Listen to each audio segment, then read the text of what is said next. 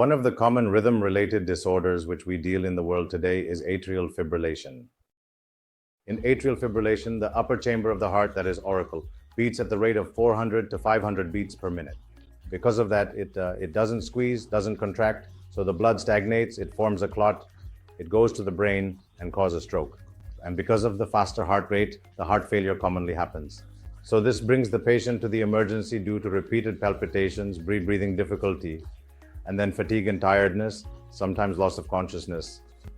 When they don't notice it or they don't go pay attention to it, they get into heart failure and then get admitted in the emergency due to breathing difficulty. Commonly, these conditions are managed medically worldwide as well as in India. So the medication efficacy is to control this problem or correct the problem is only 40 to 50% of the time. Even most efficacious medicine success rate is only 50%. On the contrary, we have introduced newer interventional technologies to control the problem, which is called radiofrequency ablation or cryoballoon ablations. These interventional procedures are keyhole procedures done through the groin.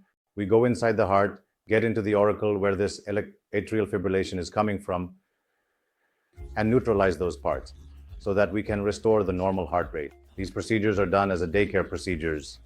Patient needs to stay only 1 day in the hospital. By doing this cryoballoon ablation, even elderly patients, where this atrial fibrillation is more common, can be taken care, and their quality of life can be improved.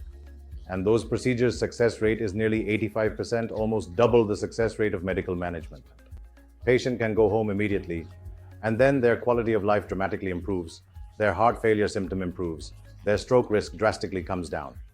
They lead their normal life with a normal quality of life, and as well as their survival improves, and then repeated hospitalization is avoided. And these are the advantages of doing this newer interventional procedure called cryoballoon ablation for this common rhythm disorder, atrial fibrillation.